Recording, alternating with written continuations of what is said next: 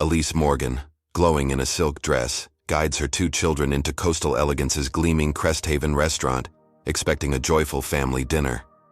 The hostess nods warmly, but manager Clifford Hayes steps in, his sneer chilling the air. "You don't fit our vibe," he scoffs, loud enough for diners to stare. Elise's calm response earns mocking laughter. As she leaves, humiliated, a waiter slips her a note. He's done this before. What will Elise do to fight this injustice? Before we dive into this gripping tale, let us know where you're watching from. If you stand for justice, hit like and subscribe for more powerful stories. Elise Morgan's hands trembled as she uploaded the video from Coastal Elegance, her voice steady but eyes blazing with fury, recounting Clifford Hayes' racist refusal to seat her family, his sneer echoing in her mind like a whip crack. By morning, the clip had exploded across social media, racking up 2 million views, shared by activists and celebrities alike, with hashtags demanding justice lighting up screens from Cresthaven to New York. Outside Coastal Elegance's glass-fronted flagship, hundreds gathered, chanting Elise's name, their signs bold with accusations of bigotry, while news vans clogged the palm-lined boulevard, cameras flashing in the 90-degree heat. Elise, holed up in her sleek office tower 10 miles away, watched the protests swell on her laptop, her heart pounding with a mix of pride and dread, knowing this was only the beginning. Her 11-year-old daughter Maya clung to her side, asking if they'd be safe, while her 15-year-old son Jaden scrolled through supportive comments, his face tight with defiance. Elise reassured them, but the waiter's note, "He's done this before," gnawed at her, a clue to a deeper rot. She hired a private investigator, Marcus Reed, a grizzled ex-cop with a knack for digging up dirt, to probe Hayes' history. Marcus uncovered whispers of similar incidents at other Coastal Elegance locations, buried by payouts and threats, hinting at Hayes' unchecked power as regional manager. Elise, fueled by this, drafted a lawsuit against the chain, alleging systemic discrimination, her legal team working through the night to file by dawn. But as the protests grew louder, Clifford Hayes struck back, his response as swift as it was, vicious.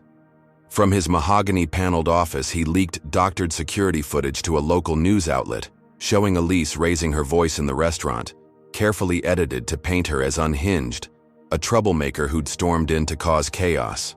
The clip spread like wildfire, amplified by anonymous bots flooding social media with slurs, calling her a fraud, a grifter exploiting race for clout. By noon, the narrative shifted. Some protesters wavered, and online forums buzzed with doubt, accusing Elise of staging the incident. Worse, her investment firm, Morgan Capital, received a flood of menacing calls. "We know where you work," they hissed, forcing her to send employees home for safety. Elise's stomach churned as she read the threats, each one laced with racial venom, but she refused to back down, her resolve hardening like steel. Then, a call from Maya's school shattered her focus. A suspicious man had been spotted near the playground, asking for Maya by name. Elise's blood ran cold. She raced to the school, 3 miles through Cresthaven's glittering streets, her SUV weaving past yachts and manicured lawns. She found Maya unharmed but shaken, the principal admitting they'd tightened security after a vague warning. Elise pulled her children close, their small bodies trembling against hers, and vowed to protect them, no matter the cost. Back at her office, Marcus dug deeper, uncovering Hayes' ties to Cresthaven's city council, specifically Councilman Victor Lyle, a silver-haired power broker known for blocking minority-owned businesses. Bank records showed Lyle funneling campaign funds through Coastal Elegance's parent company, a cozy arrangement that shielded Hayes' actions. Elise's lawsuit now had a target, but filing it would paint a bigger bullseye on her back. As night fell, the protests turned chaotic. A splinter group, egged on by Hayes' online trolls, hurled bottles at Coastal Elegance's windows, shattering glass across the marble patio. Police in riot gear descended, tear gas clouding the air, and the news spun it as Elise's fault, her video blamed for inciting violence. Her phone buzzed with a text from an unknown number. "Back off, or your kids pay." Elise's heart stopped, but she forwarded it to Marcus, who traced it to a burner phone linked to Lyle's office. She knew Hayes was behind it, his influence slithering through the city's veins. Determined, Elise prepared to file the lawsuit, her fingers flying over her keyboard, drafting a press release to rally support. But as she stepped outside her office to meet her legal team, a mob, fueled by Hayes' propaganda, swarmed the building, their faces twisted with rage, shouting slurs and waving signs calling her a liar. Elise froze, the crowd's hatred a physical weight, their fists pounding the glass doors. Security urged her to flee, but the mob blocked the main exit, their chants drowning out her thoughts. She grabbed Maya and Jaden, ducking through a service stairwell, her heels clattering on concrete as they descended 12 floors. Outside, Marcus waited in an unmarked van, speeding them away as rocks pelted the windows, one cracking the windshield. Elise clutched her children, her breath ragged, the city's lights blurring past. Safe for now, she opened her laptop, finding Hayes' doctored video trending, its lies eroding her credibility. But the waiter's note burned in her mind, a spark of truth. She vowed to expose Hayes' network, her lawsuit a weapon to dismantle his empire. As Marcus drove toward a safe house 20 miles north, Elise stared at the lawsuit draft, her children asleep against her. Hayes' reach was vast, but her will was unbreakable. What would it cost to bring him down? Elise Morgan's breath hitched as she huddled in a cramped safe house 30 miles from Cresthaven's glittering skyline, the salty ocean breeze seeping through cracked windows, her children asleep on a sagging couch under a flickering bulb. The mob's hateful chants still echoed in her ears, their slurs a knife twisting in her gut. But she clung to her lawsuit draft, its pages creased from her grip, a lifeline against Clifford Hayes' lies. Her private investigator, Marcus Reed, had traced the mob's instigators to Councilman Victor Lyle's payroll, confirming Hayes' web of influence ran deeper than she'd feared, snaking through Cresthaven's power corridors like poison. Elise needed allies, someone to amplify her fight, so she reached out to Tara Wells, a fiery journalist with a local paper, known for exposing corruption, her columns a beacon for Cresthaven's marginalized. Tara met Elise at a dimly lit diner, 5 miles from the safe house, her eyes glinting with promises to publish Hayes' council ties, vowing to dig into Lyle's finances. Elise handed over her lawsuit details, trusting Tara's passion, her heart lifting at the thought of a front-page expose shattering Hayes' facade. But Tara's smile hid a darker truth. She'd been on Hayes' payroll for months, her loyalty bought with cash slipped into offshore accounts. While Elise strategized with her legal team over burner phones, Tara leaked the lawsuit specifics to Hayes, every clause and witness name laid bare. Hayes, his jaw tight with cold fury, saw an opening to crush Elise's momentum. From his penthouse overlooking Cresthaven's yacht-dotted harbor, he orchestrated a countersuit, accusing Elise of defamation, claiming her viral video slandered coastal elegance's reputation. His lawyers, a pack of Ivy League sharks, filed the suit at dawn, their motion freezing Morgan Capital's assets, locking Elise's accounts with a court order that hit like a sledgehammer. Her firm's servers crashed under a barrage of cyber attacks, erasing client data, and her investors, spooked by the headlines, began pulling funds, their emails dripping with panic. Elise's phone buzzed with alerts. Her firm was hemorrhaging millions, her life's work unraveling in hours. She tried to focus, reassuring Maya and Jaden, their wide eyes searching hers for answers, but the safe house felt like a cage, its walls closing in. Outside, the protests she'd sparked morphed into chaos, Hayes' bots flooding social media with calls for violence, twisting her justice cry into a riot spark. A splinter group, misled by the bots, torched a Cresthaven park, flames licking. The night sky and Jaden, watching the news on a grainy TV, flinched as a brick grazed a protester's head, blood streaking the pavement. Elise's heart sank. The movement was slipping, her name now tied to destruction. She drove to meet Tara at a pier 15 miles away, hoping for an update, but found the diner empty, Tara's usual booth cold. Suspicion gnawed at her, and she checked Tara's recent articles, finding glowing pieces about Lyle's community leadership, a stark shift from her anti-corruption stance. Elise's gut twisted. She slipped into Tara's car, parked nearby, and found a burner phone tucked under the seat, its screen lit with texts from Hayes. Keep her close, set the trap. Elise's blood ran cold, betrayal cutting deeper than the mob's slurs. She sped back to the safe house, But Hayes' plan was already in motion. His countersuit hit the news, branding Elise a liar, and the protests fractured, some supporters turning against her, their signs now reading fraud. Worse, Hayes' thugs, hired muscle in black SUVs, tailed her to a hotel where she'd planned to meet her lawyers, their headlights glaring in her rearview mirror. Elise checked into the hotel, a sleek tower 20 stories high, her children hidden in a suite. But the front desk clerk, bribed by Hayes, tipped off the thugs. As Elise reviewed the lawsuit in her room, glass shattered downstairs, boots thumping, up the stairwell. She grabbed Maya and Jaden, her pulse racing, and bolted for the fire escape, her heels slipping on rusted metal. The thugs stormed the suite, trashing her laptop, the lawsuit files scattered like confetti. Elise reached the parking garage, her SUV's tires screeching as she floored it, weaving through Cresthaven's neon-lit streets. A thug's pistol glinted, a shot grazing her side mirror, but she swerved into an alley, losing them in the maze. Gasping, she pulled over, her hands shaking, and checked the burner phone she'd stolen from Tara's car.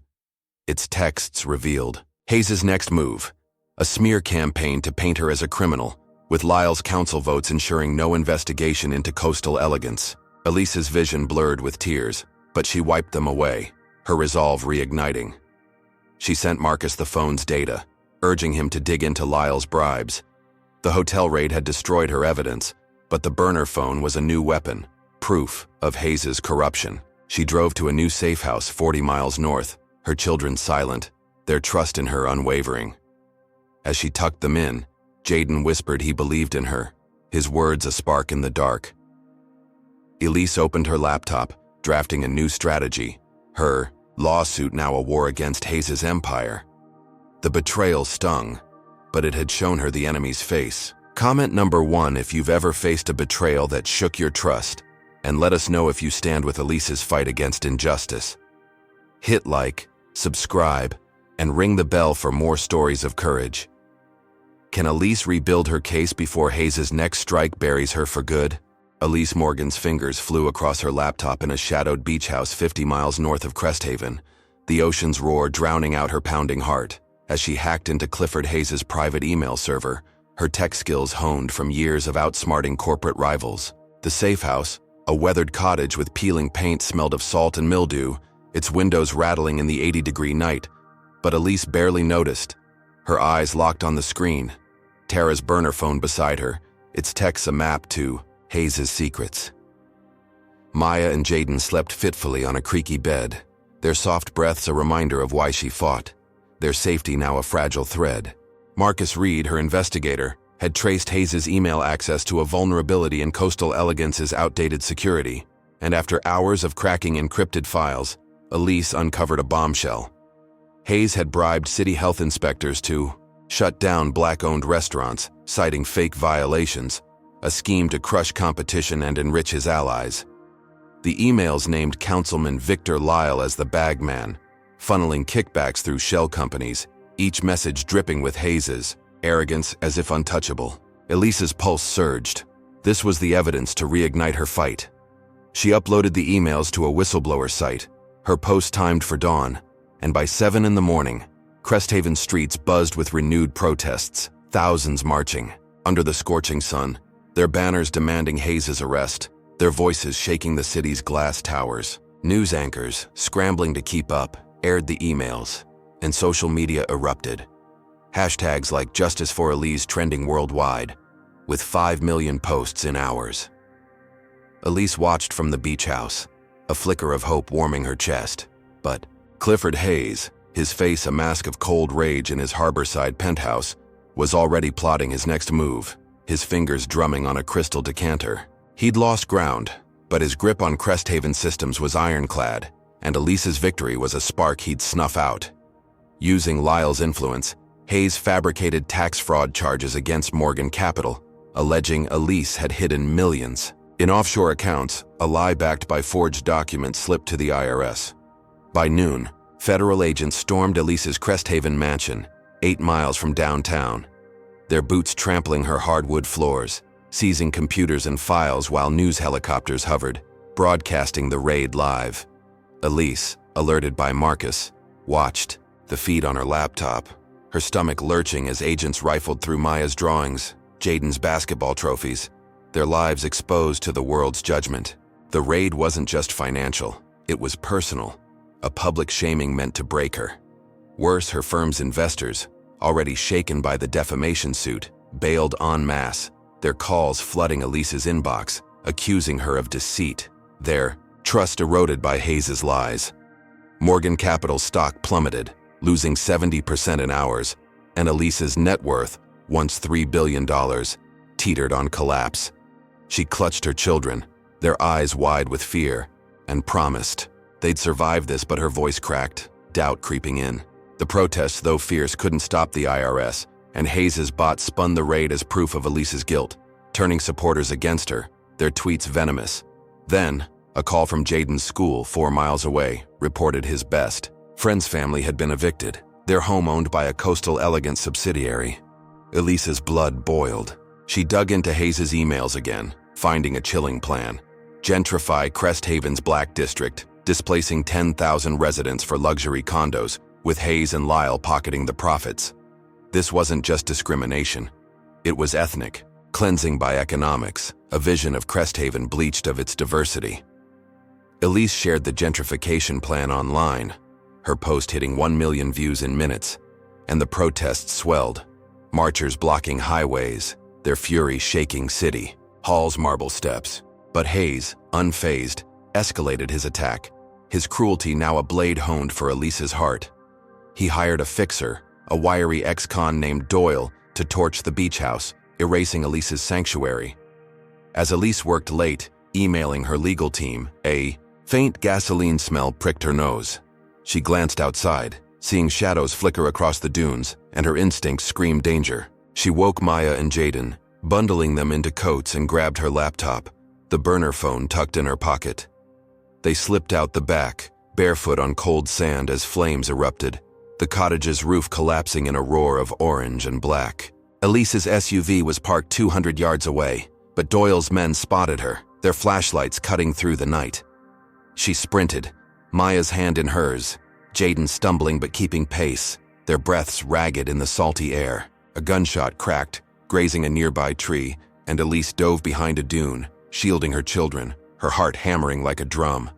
Marcus, tailing Doyle's crew, screeched up in his van, its tires kicking up sand, and Elise piled in, the vehicle lurching toward a highway 15 miles east. The beach house burned to ash, its embers a glowing scar against the dawn, and Elise's throat tightened, her safe haven gone, her children trembling beside her. Doyle left a note in the wreckage, scrawled in black marker, "You're next, Elise's." Hands shook as she read it, forwarded to Marcus by a contact. But the gentrification emails burned brighter in her mind. A cause worth fighting for. She vowed to stop Hayes' plan, her lawsuit now a spear aimed at his empire. As Marcus drove to a new hideout, 60 miles inland, Elise opened her laptop, the protests live stream showing thousands chanting her name, a fragile hope amid the chaos. Hayes' arson had meant to bury her, but it only sharpened her resolve. What would Hayes unleash to silence her forever? Elise Morgan's eyes burned with determination as she settled into a new hideout, a dusty motel 70 miles inland from Crest Haven's shimmering coast, its neon sign buzzing faintly in the 85-degree dusk. Her children curled up on a lumpy mattress, their faces etched with exhaustion. The arson attack's embers still haunted her, the image of her beach house collapsing a wound that fueled her fight.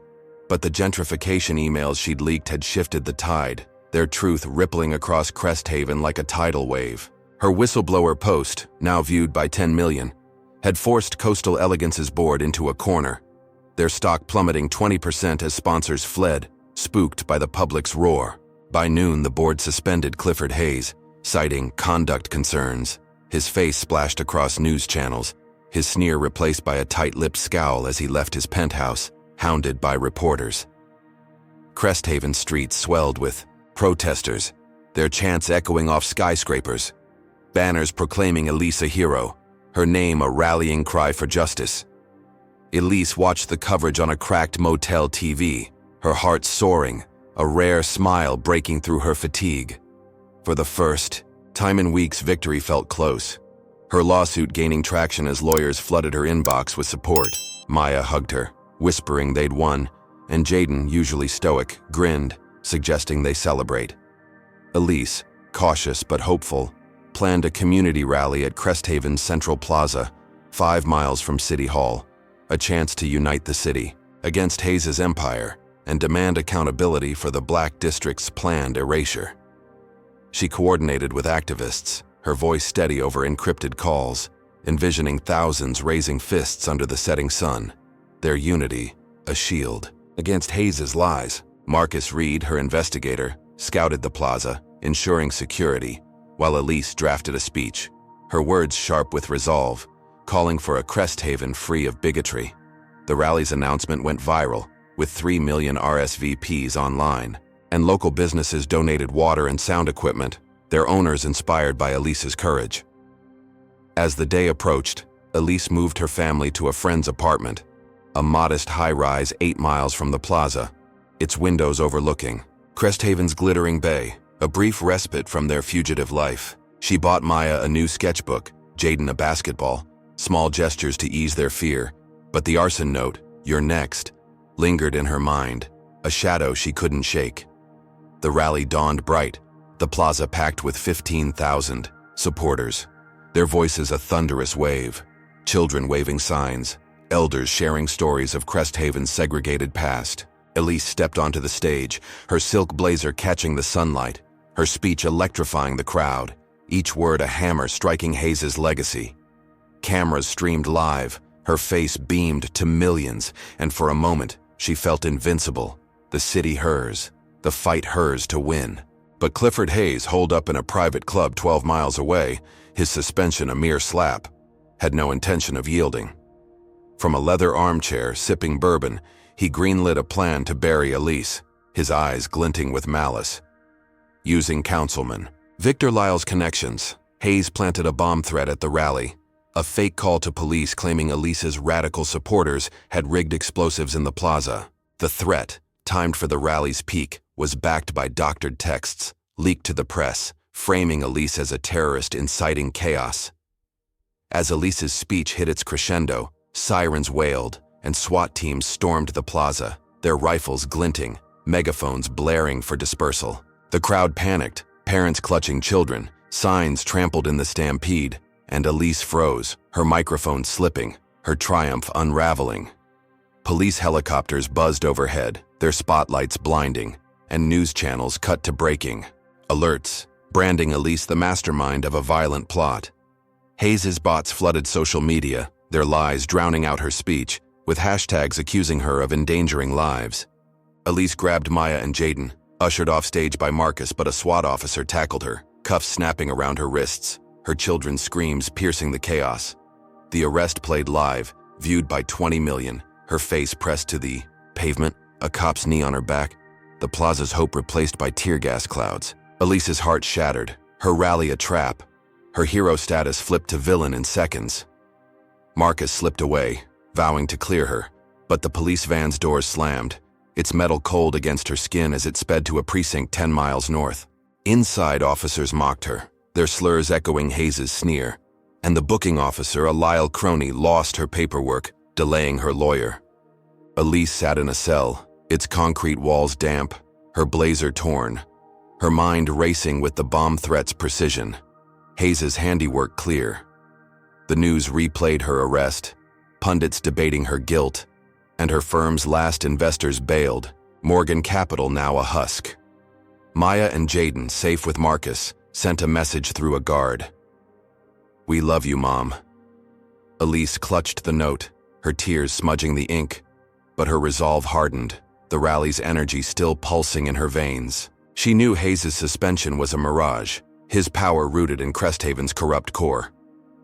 The bomb threat had stolen her moment, but not her fight. As she paced the cell, plotting her next move, a janitor whispered through the bars, slipping, her a phone number for a coastal elegance insider. Could this stranger be her way out, or another of Hayes' traps?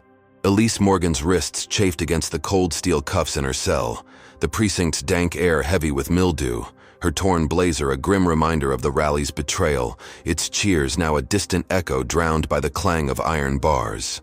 Cresthaven's lights twinkled mockingly through a slit window, 15 miles away, while her children, safe with Marcus Reed, felt like a world apart. Their note, "I love you, Mom," tucked against her heart, fueling her refusal to break.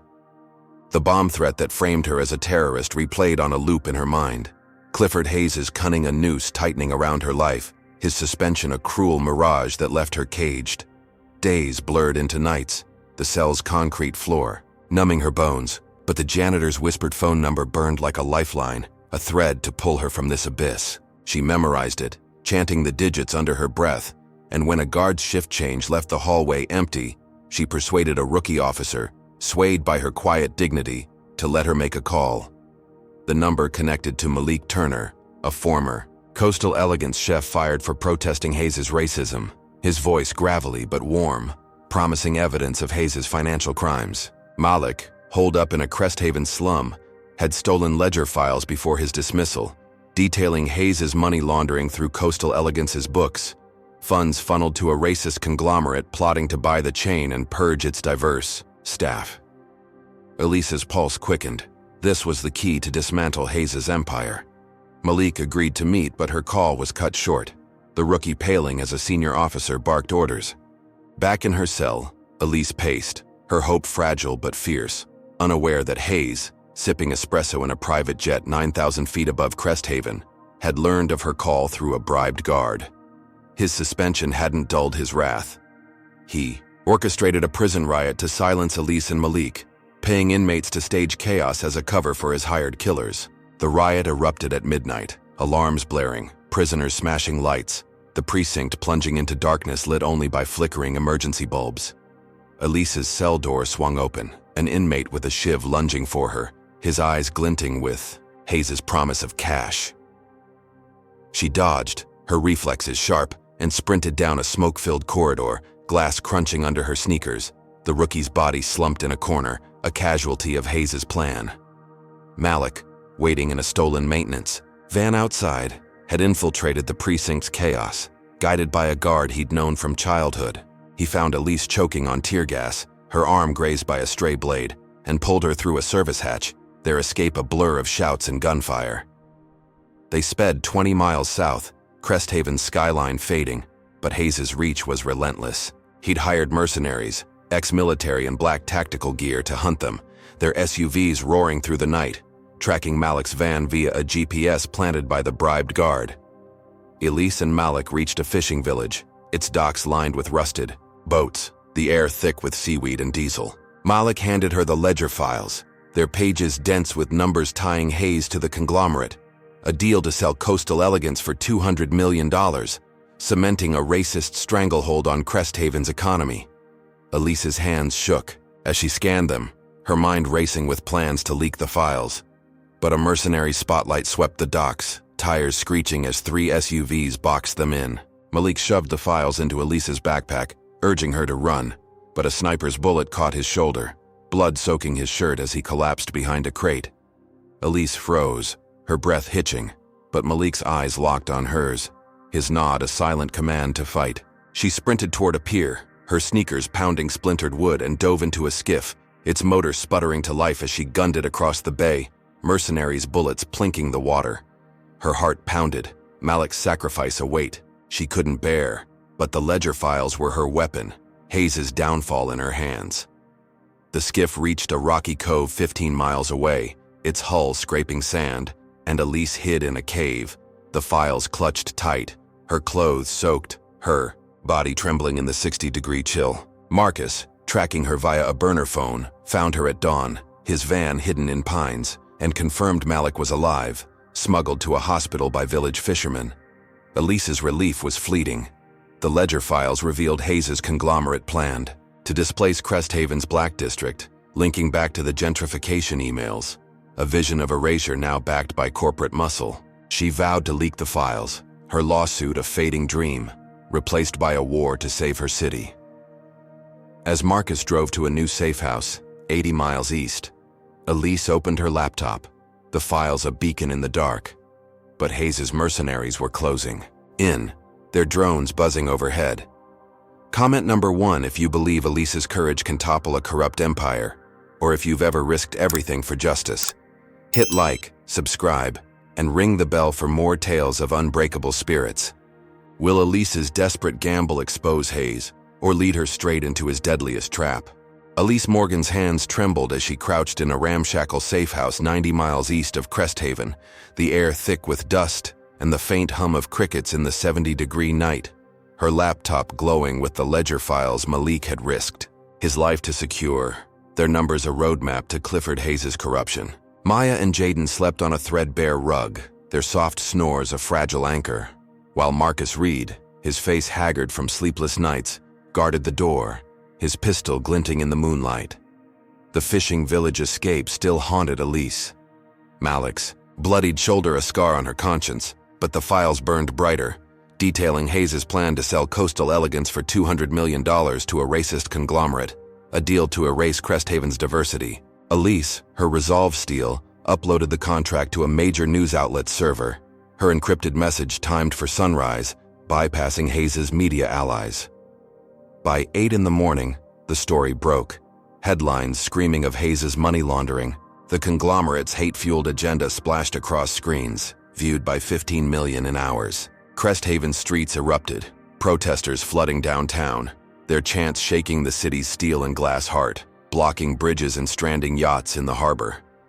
Coastal Elegance's stock crashed, losing 80%, and Hayes' allies, including Councilman Victor Lyle, scrambled to distance themselves, their press conferences drowned by boos. Social media buzzed with outrage, hashtags demanding Hayes' arrest trending globally, and Elise, watching the live stream from the safe house, felt a surge of hope, her fight clawing back ground. She texted Marcus, now at Malik's hospital, bedside, confirming his recovery, and planned to rally activists, her voice a beacon for the displaced Black District. But Clifford Hayes, pacing a fortified estate 12 miles from Cresthaven, his suspension a fading bruise, refused to crumble. His eyes, cold as slate, fixed on a burner phone, ordering his fixer Doyle to strike Elise's core. Using Lyle's sway, Hayes framed Elise's mother, Grace Morgan, a retired teacher, for embezzling school funds, a lie backed by forged bank records planted in Cresthaven's education board. Grace, frail but fierce at 65, was arrested at her bungalow 6 miles from downtown, her heart condition flaring under stress, landing her in Cresthaven General's ICU, under police guard. News channels aired Grace's mugshot, branding her a thief, and Hayes' bots spun it as proof of the Morgan family's criminality, eroding Elise's credibility. Elise's phone rang, Marcus's voice breaking as he relayed the news, and her world tilted, her mother's gentle smile flashing in her mind, the woman who'd taught her to fight now a pawn in Hayes' game. She drove to the hospital, 15 miles west, her SUV weaving through Cresthaven's neon-lit sprawl, Maya and Jaden silent, their fear palpable. The hospital loomed, its white walls stark under floodlights, but guards blocked Elise, their radios crackling with orders from Lyle's office. She slipped through a loading dock, her sneakers silent on polished floors, and reached Grace's room, her mother's pale face behind an oxygen mask a gut punch. Grace squeezed her hand, whispering to keep fighting, but an alarm blared, triggered by a nurse loyal to Hayes. Security swarmed, their batons raised, and Elise bolted, kissing Grace's forehead before sprinting down a stairwell, her breath ragged. Outside, snipers hired by Doyle perched on rooftops, their scopes trained on the hospital's exits. Hayes' orders clear: end Elise tonight. A bullet grazed her shoulder as she dove behind a dumpster, the sting sharp, blood soaking her sleeve. Maya and Jaden, hidden in Marcus's van 300 yards away, screamed her name, their voices cutting through the chaos. Elise crawled through an alley, her vision blurring, and reached a maintenance tunnel, its damp walls slick under her palms. She emerged 2 miles away, collapsing in a vacant lot, her body shaking, the city's skyline a taunting glow. Marcus found her, bandaging her wound, and confirmed Grace was stable but still guarded, her arrest a public spectacle to break Elise's spirit.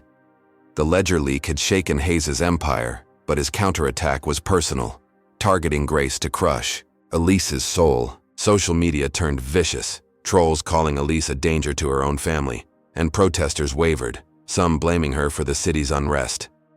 Elise's firm, Morgan Capital, was now a ghost, its offices shuttered, her legacy in ruins. But Grace's words echoed, a spark in the dark, and Elise clutched the ledger files, her laptop still functional, its battery low, but enough to plan her next move. She knew Hayes's conglomerate deal was the key, its exposure a blow he couldn't dodge. As Marcus drove to a new hideout 100 miles south, Elise stared at the hospital's live stream. Grace's room under lockdown, snipers' shadows gone but their threat lingering. The city's pulse beat with rage, the protests a faint hope. But Hayes's grip tightened, his cruelty a storm she couldn't outrun. Could Elise turn the city's anger into a weapon before Hayes's next blow destroyed her family? Elise Morgan's shoulder throbbed, the sniper's graze a pulsing wound under a makeshift bandage, as she shivered in a derelict safehouse 110 miles south of Cresthaven, its crumbling walls reeking of mold, the 65-degree night air seeping through shattered windows. Maya and Jaden huddled under a tattered blanket, their eyes hollow from sleepless fear, while Marcus Reed, his jaw clenched, scouted the perimeter, his flashlight cutting through the pine-scented dark. The hospital escape replayed in Elise's mind, her mother Grace's frail hand a fading warmth, now locked in an ICU 15 miles from Cresthaven's heart, framed for a crime Hayes had woven from lies.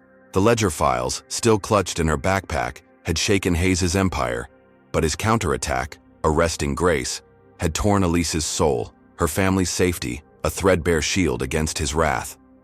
She opened her laptop, its screen flickering in the dimness, and drafted a plea to activists, urging them to keep Cresthaven's protests alive, her fingers trembling with exhaustion. The city's rage still burned, marchers clogging downtown 7 miles from City Hall, their live-stream chants a faint pulse of hope. But Hayes's bots had twisted the narrative, painting Elise as a chaos monger, her mother's arrest proof of her tainted blood.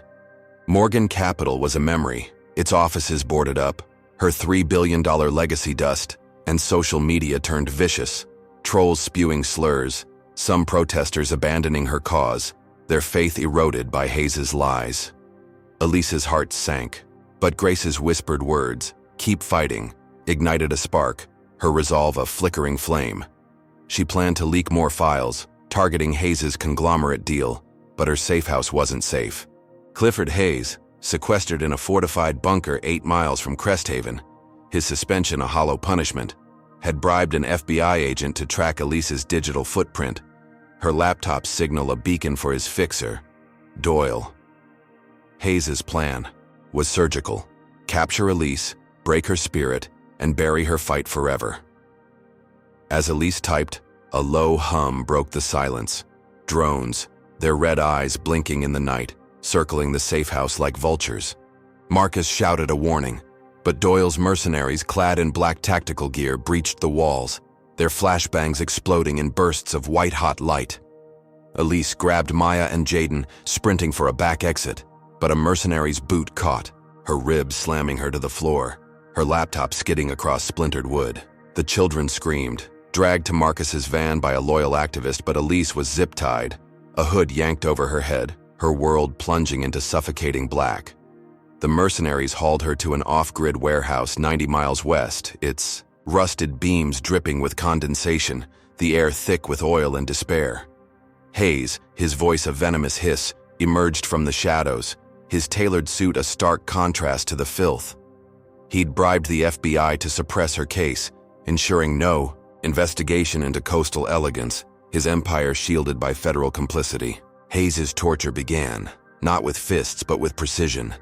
Ice-cold water doused her, soaking her clothes in the 50-degree chill, her teeth chattering as he mocked her defiance. He strapped her to a chair, a camera rolling, broadcasting her, suffering to Cresthaven's news feeds, edited to paint her as unhinged, a radical who'd lost her grip. The livestream, viewed by 12 million, showed Elise shivering, her face gaunt, her voice silenced by a gag, while Hayes narrated lies, claiming she'd incited the riots, endangered her mother, betrayed her city. Social media exploded, hashtags, branding her a traitor, and even loyal supporters wavered. the broadcast a dagger to her movement. Hayes leaned close, his breath sour, revealing his FBI bribe. A $5 million deal to erase her evidence. Her fight doomed to vanish in bureaucratic limbo. Elise's body screamed, starvation gnawing her insides, her wound festering, but her mind clung to Maya's sketchbook, Jaden's basketball, Grace's strength. She refused to break, her eyes blazing through the pain, and when Hayes left, gloating, she worked a rusty nail loose from the chair, carving a defiant message into the warehouse floor. "I am still here." The words were her anchor, a vow to endure. But the broadcast had done its damage. Cresthaven's protests dwindling, the city's pulse slowing, her name now a curse.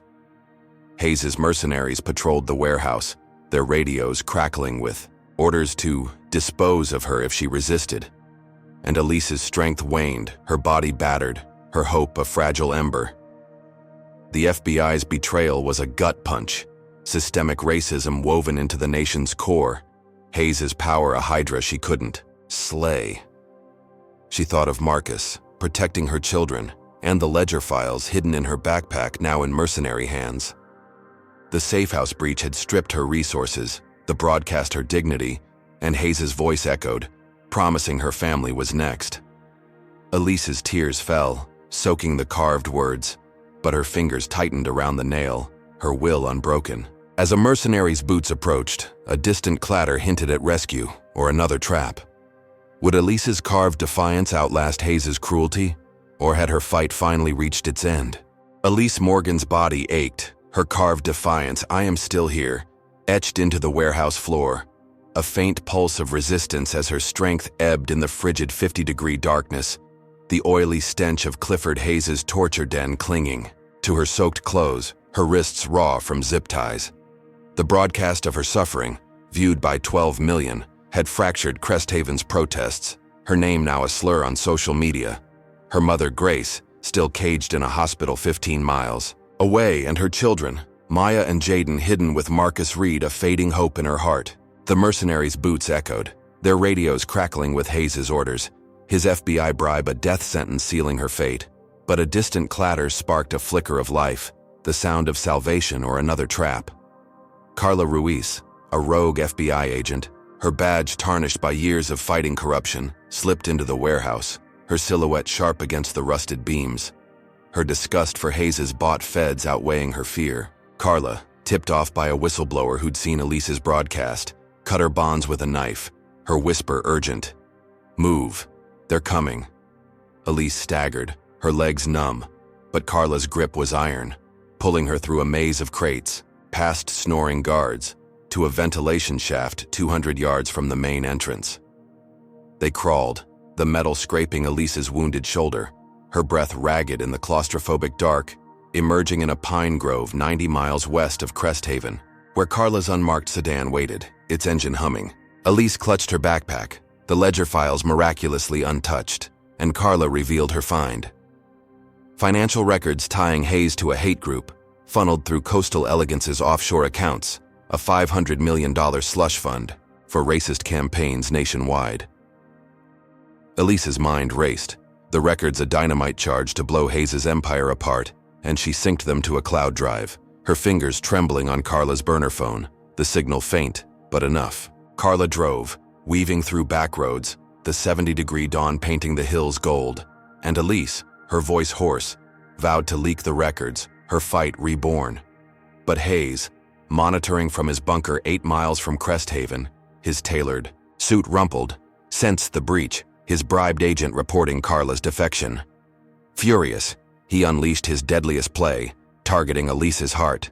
He kidnapped Maya and Jaden from Marcus's safe house, 100 miles south, Doyle's mercenaries. Storming the hideout, tasering Marcus unconscious, his blood pooling on the floor, Hayes broadcast a ransom demand on a dark web stream viewed by his allies, showing Maya and Jaden bound in a concrete basement, their eyes wide with terror, a timer ticking. Return the records, or they're gone. The stream's link reached Elise via a taunting text, Hayes's words a blade. "You can't save them." Carla pulled over, her face pale, and Elise watched the stream, her screams silent, her children's faces shattering her resolve. The records could end Hayes, But her children were her soul, and Hayes knew it, his cruelty a scalpel cutting deeper than torture. Carla urged her to focus, revealing a lead. The basement's location, a derelict factory 10 miles from Cresthaven's docks, traced through a hacker contact. Elise's tears fell, but Grace's strength, her children's trust, surged within her, and she agreed to a desperate plan. They drove to a pier, 5 miles from the factory, the air thick with fish and diesel, Cresthaven's skyline a mocking glow. Carla armed Elise with a stun gun, her own pistol loaded, and they scouted the pier, its rotting planks creaking underfoot. Mercenaries' SUVs parked nearby, their radios buzzing with Doyle's orders. Elise's heart pounded, the records uploaded but unshared, a bargaining chip she couldn't use without risking Maya and Jaden. The factory loomed, its smokestacks clawing the sky, and Elise faced a moral abyss: leak the records and doom her children, or trade them and let Hayes win. Carla's hacker pinpointed the basement's entrance, a rusted grate, but guards patrolled, their flashlights slicing the dusk. Elise crouched behind a barrel, her wound throbbing, her mind torn, the stream's timer at 2 hours, each second, a vice on her soul. She whispered a plan to Carla, a bluff to draw the guards, but a mercenary's boot crunched nearby, his rifle raised, and Elise froze, her breath caught, the pier a trap closing tight. The records, her children, her city, all hung in the balance. Hayes's hate a storm she couldn't outrun. Comment number 1 if you'd risk everything to save your loved ones, or if you believe Elise's fight can break Hayes's grip. Hit like, subscribe, and ring the bell for more stories of unbreakable courage. Can Elise outsmart Hayes's trap to save her children, or will his cruelty finally shatter her? Elise Morgan's heart hammered as she crouched behind a rusted barrel on the Cresthaven Pier, 5 miles from the factory where her children, Maya and Jaden, were held. Their terrified faces burned into her mind from Hayes's dark web stream, the timer ticking down to 90 minutes in the 70-degree dusk. Carla Ruiz, her rogue FBI ally, scanned the factory's perimeter, her pistol steady, while the financial records tying Hayes to a hate group sat uploaded but unshared on Elise's cloud drive, a weapon she couldn't wield without risking her children's lives. The pier's fishy stench mixed with diesel, its rotting planks creaking under mercenary boots, their rifles glinting as they patrolled the factory 10 miles from Cresthaven's docks. Elise's shoulder wound throbbed, her strength waning, but Grace's courage and Malik's sacrifice fueled her. She devised a bluff, whispering to Carla to hack a dummy file, mimicking the record's format, and sent it to Hayes via the stream's encrypted chat, claiming it was the real data. Hayes, in his bunker 8 miles away, his face taut with suspicion, accepted the trade, his greed outweighing caution, ordering Doyle to release Maya and Jaden at a deserted lot 3 miles from the pier. Elise drove there, her SUV's tires crunching gravel, Carla tailing in her sedan, the city's skyline a faint glow. The children stumbled out, unbound but shaken, their hugs a lifeline as Elise checked them for injuries, her tears mixing with theirs. She hid them in Carla's car, but kept the real records, her plan to leak them intact. With Maya and Jaden safe, Elise acted, sharing the hate group records with a global news network, her post hitting 20 million views in hours, exposing Hayes's $500 million scheme to fund racist campaigns. Cresthaven's protests reignited, marchers choking downtown 7 miles from City Hall, their fury crashing against Coastal Elegance's glass-fronted flagship, its stock, now worthless, the chain teetering on bankruptcy. Federal raids targeted Hayes's allies, Councilman Victor Lyle arrested mid-speech, his cuffs flashing on live TV, and the conglomerate's executives fled, their offshore accounts frozen. Elise, seizing the moment, tapped her remaining wealth, $500 million from hidden trusts, and bought Coastal Elegance, its board desperate for a savior. She fired Hayes, her signature on the termination letter a triumphant stroke, and restructured the chain, hiring displaced Black District residents, her vision a beacon for Cresthaven's future. The city hailed her, protesters chanting her name, and Elise moved her family to a fortified office tower, 12 miles from the harbor, its marble lobby gleaming with promise. Maya sketched again, Jaden shot hoops in a courtyard, and Grace, released from the hospital, joined them, her heart stronger, her pride in Elise fierce. News outlets aired Elise's story, her face on every screen, a billionaire who'd toppled a racist empire. She planned a press conference to announce Coastal Elegance's rebirth, her speech drafted on a new laptop, the ledger files and hate group records now public, Hayes's bunker silent, his allies crumbling. For the first time, Elise slept, her children safe, the city's pulse hers. But Clifford Hayes, ousted but unbroken, lurked in a safe house 15 miles north, his tailored suit swapped for a hoodie, his eyes blazing with vengeance. The records. Leak had gutted his empire, but his fixer, Doyle, had one last card, a gas bomb, rigged in Elise's new office, its timer set for her press conference. Hayes, watching Cresthaven's protests on a stolen tablet, triggered the bomb remotely, his lips curling as he imagined Elise's fall. As Elise rehearsed her speech, the tower's air grew heavy, a faint hiss unnoticed amid her team's chatter. She stepped to a podium, her blazer crisp, but a spark ignited, and the office erupted, flames swallowing the marble lobby, glass shattering across the courtyard.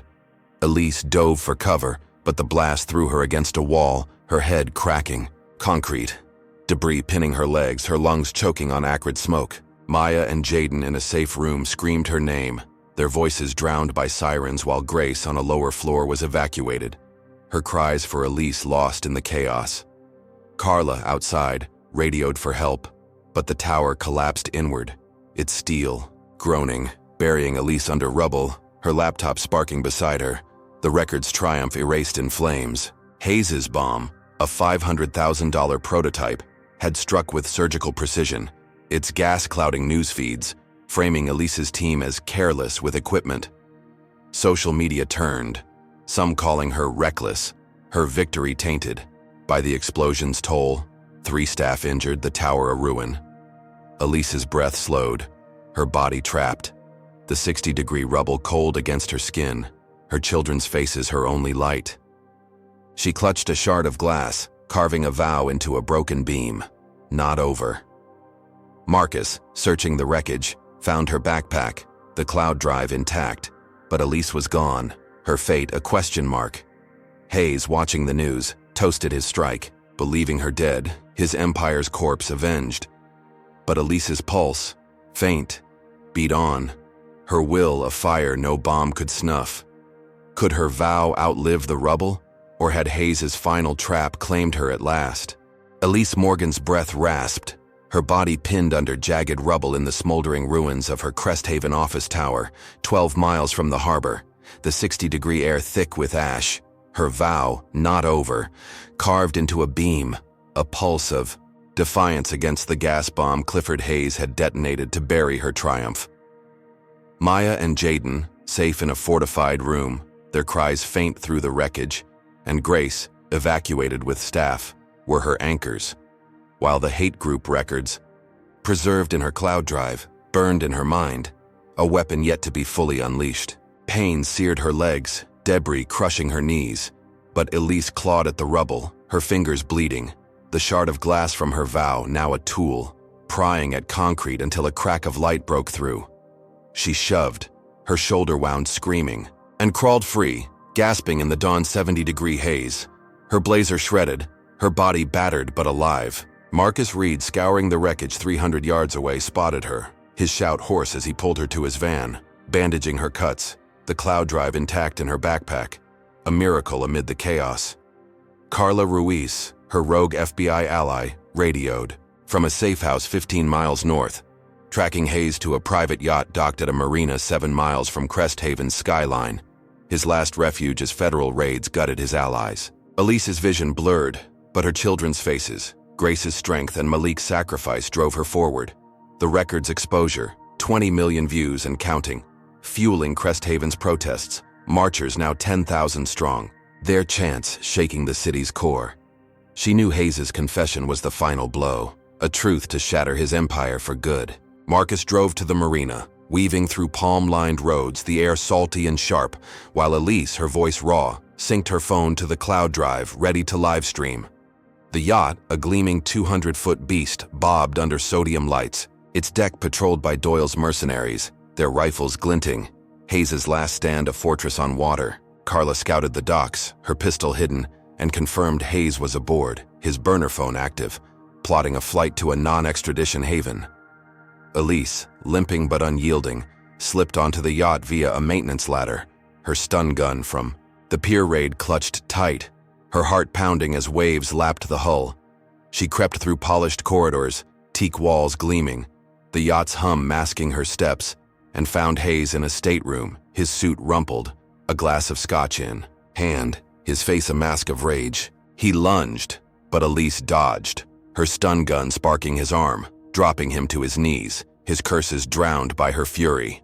She zip-tied his wrists, her hands shaking, and propped her phone on a table, live streaming to a Cresthaven newsfeed, her voice steady as she forced Hayes to confess. The bribes, the hate group, the gentrification, the bomb, every sin laid bare. His eyes darted, venomous but trapped, admitting he'd targeted Elise's family, rigged Coastal Elegance's deals, and bribed the FBI for $5 million. His voice a snarl but unbroken, each word damning him. The stream exploded, viewed by 30 million in minutes. Hashtags flooding social media. Cresthaven's protesters roaring outside City Hall, 8 miles away, their fists raised as news vans broadcast Hayes' fall. But Doyle's mercenaries, alerted by a guard, stormed the stateroom, their boots thundering, rifles raised, and Elise dove behind a couch, her phone still streaming, Hayes' confession looping live. A mercenary's bullet grazed her hip, blood soaking her jeans, but Carla breached the yacht, her shots precise, dropping 2 guards, her shout urging Elise to run. Elise grabbed her phone, Hayes writhing in his ties, and sprinted to the deck, mercenaries closing in, their radios crackling with Doyle's orders. The marina's lights flickered, and Marcus's van screeched to the dock, but the crowd, protesters alerted by the stream, flooded the marina, thousands strong, their bodies, a human shield blocking the mercenaries' path. They chanted Elise's name, their phones live streaming, the world watching as she stumbled into Marcus's arms, Carla covering her retreat, the yacht swarmed by police choppers, their spotlights blinding. Hayes was arrested, his cuffs snapping, tight, his empire dust. The stream a global fire, igniting calls for justice from New York to Nairobi. Elise collapsed in the van, her children rushing to her, their hugs a lifeline. Grace's voice on Marcus's phone promising recovery. Coastal Elegance, now hers, stood as a monument to her fight, its staff rebuilt, the Black District's future secured. The protesters carried Elise's banner, their unity a tide Hayes couldn't stem, and federal agents, shamed by the stream, raided his bunker, seizing his last assets. Elise's hip bled, her body broken, but her spirit soared. The confession a sword through Hayes' heart. As Marcus drove to a hospital 10 miles east, Elise watched the stream's views climb, her victory a beacon, but a shadow lingered. Hayes' allies, still free, their silence ominous. Had Elise finally broken Hayes' reign, or was his venom still poised to strike?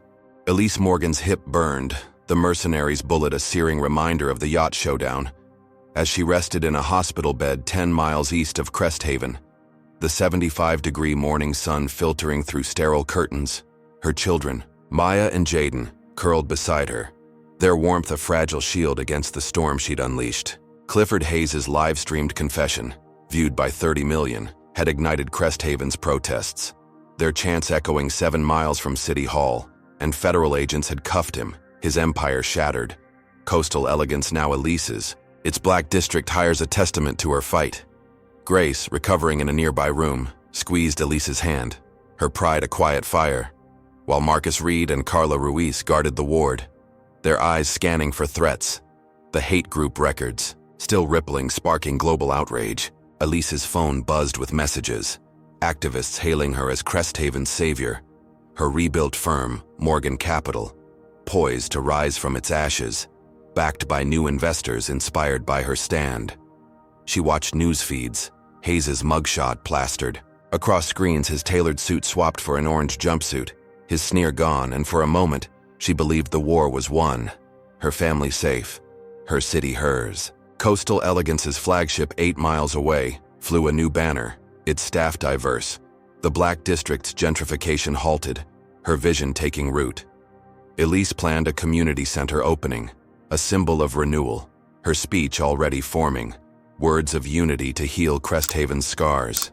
But Hayes's allies, a shadowy cabal of conglomerate executives and corrupt officials, lurked in boardrooms 15 miles north, their wealth untouched, their loyalty to Hayes a venomous thread.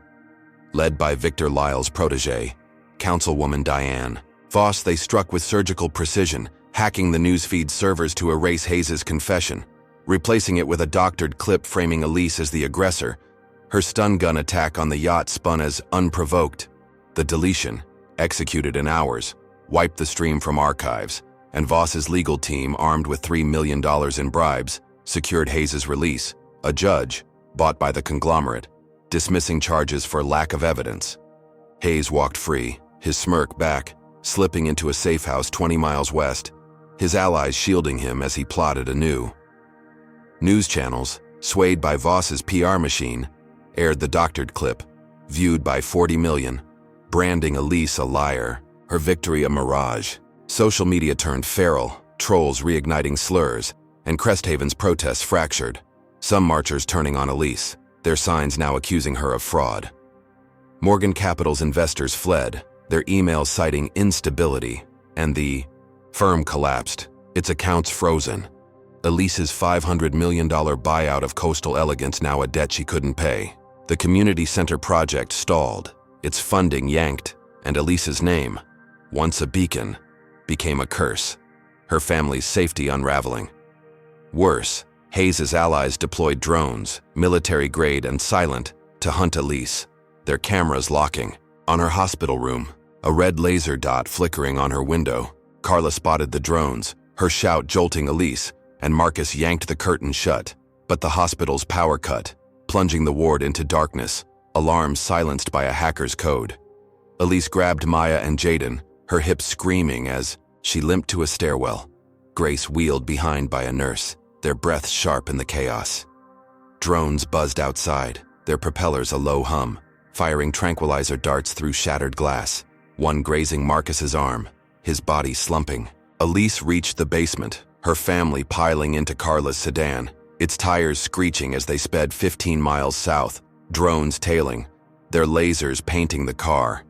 Carla swerved through Cresthaven's backroads, the city's neon glow a mocking backdrop, and lost the drones in a tunnel, its damp walls echoing their gasps. Elise's heart pounded, her firm gone, her victory stolen, and news feeds now reported her as a fugitive, a warrant issued for assaulting Hayes, backed by Voss's lies. Grace coughed, her heart monitor beeping erratically, and Maya clung to Elise, whispering fear of losing her. Jaden's eyes hard with rage. Carla drove to a safe house 120 miles inland, a crumbling barn smelling of hay and rust. But Elise's phone lit up with a message from an anonymous activist. "We're with you. Join us." It led to a secret resistance network, hidden in Cresthaven's underbelly, their leader revealing Hayes's new plan. Run for governor, backed by the hate group's remaining funds, a $200 million campaign to seize California's power. Elise's blood chilled, the doctored clip a masterstroke, Hayes's release a resurrection, his ambition a hydra she'd only wounded. The resistance offered sanctuary, their hackers ready to fight, but Elise's resources were ash, her family, fugitives. Cresthaven's streets no longer hers. She clutched the cloud drive, its records her last weapon, but the drone's hum lingered in her mind, Voss's reach a shadow she couldn't outrun. As Grace rested, her hand in Elise's, the resistance leader outlined a plan to expose Hayes's campaign, but Elise's eyes fixed on the barn's horizon, Hayes's smirk a ghost haunting her. Could Elise rally the resistance to stop Hayes's rise, or would his allies' venom bury her fight for good? Elise Morgan's resolve burned fierce in the dim light of a ramshackle barn 120 miles inland from Cresthaven, the 70-degree dawn heavy with the scent of hay and rust. Her family, Maya, Jaden, and Grace, clustered close, their faces etched with fear but lit by her unyielding strength, the drone chase's terror still a raw wound.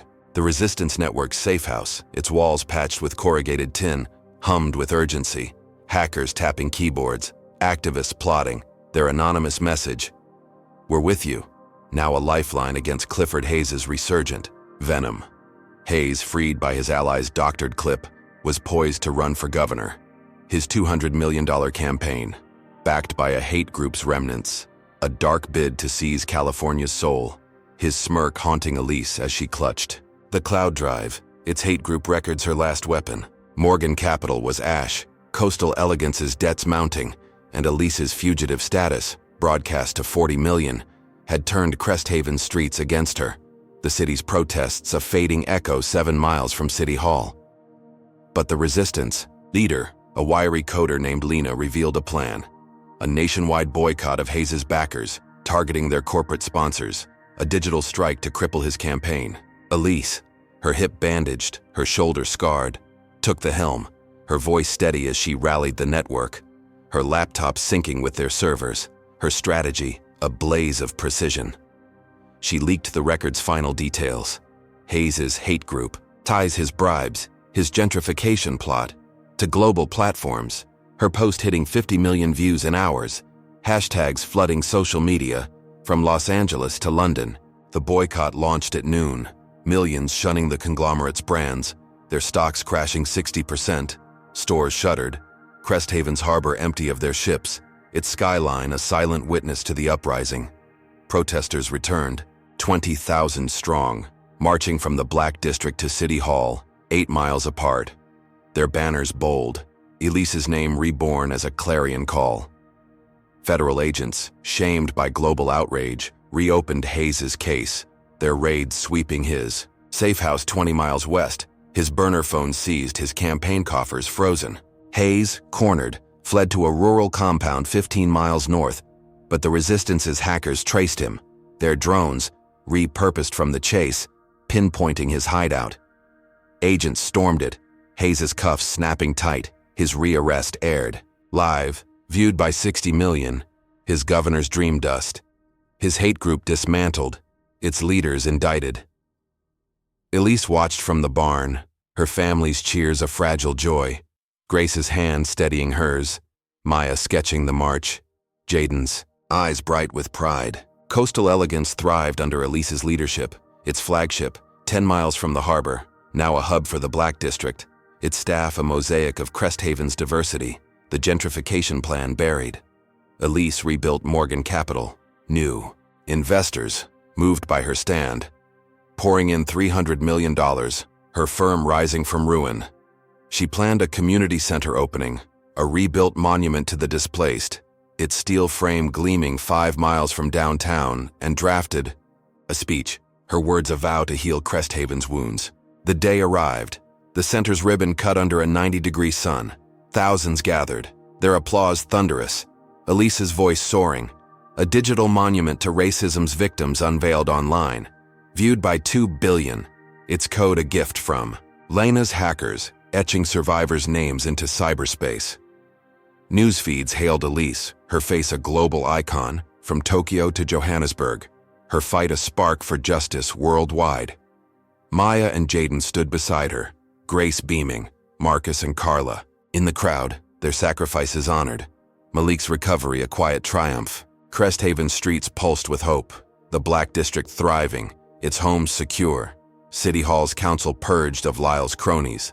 Voss indicted, her bribes exposed. Elise's speech ended, her family embracing her. The center's lights, a beacon, but as she stepped off stage, her phone pinged, a cryptic email from an unknown source. The network's compromised. They're watching. The sender vanished, their trace blocked, but Lena's face paled, her servers showing a breach, a shadow within the resistance, tied to Hayes' fallen empire or a new foe. Elise's heart raced, the email a cold gust on. Her victory, Hayes' rearrest a battle won, but his venom lingering, a hydra with heads unseen.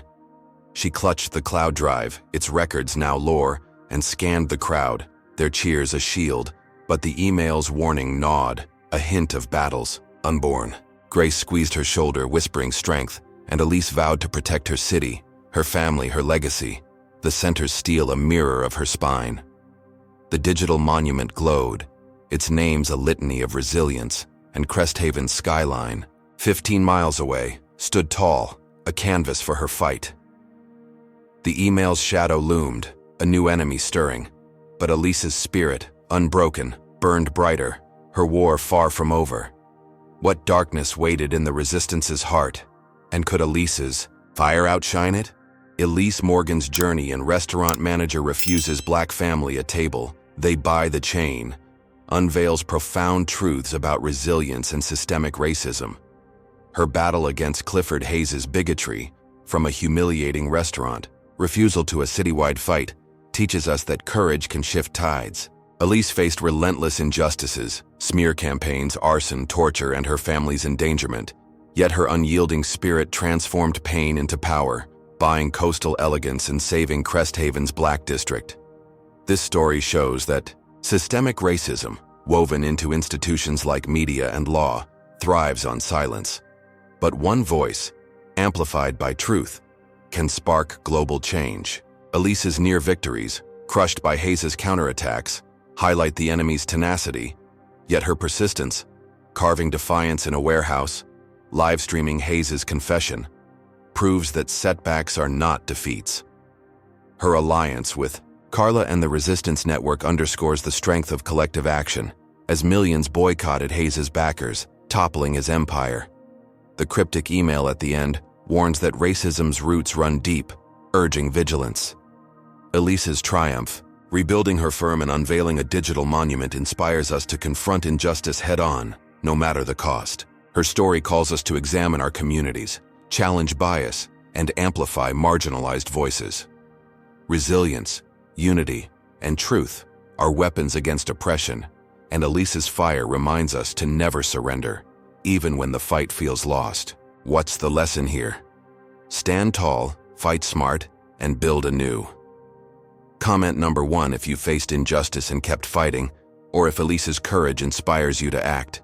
Hit like, subscribe, and share to spread these powerful racism stories. Thank you for joining this journey.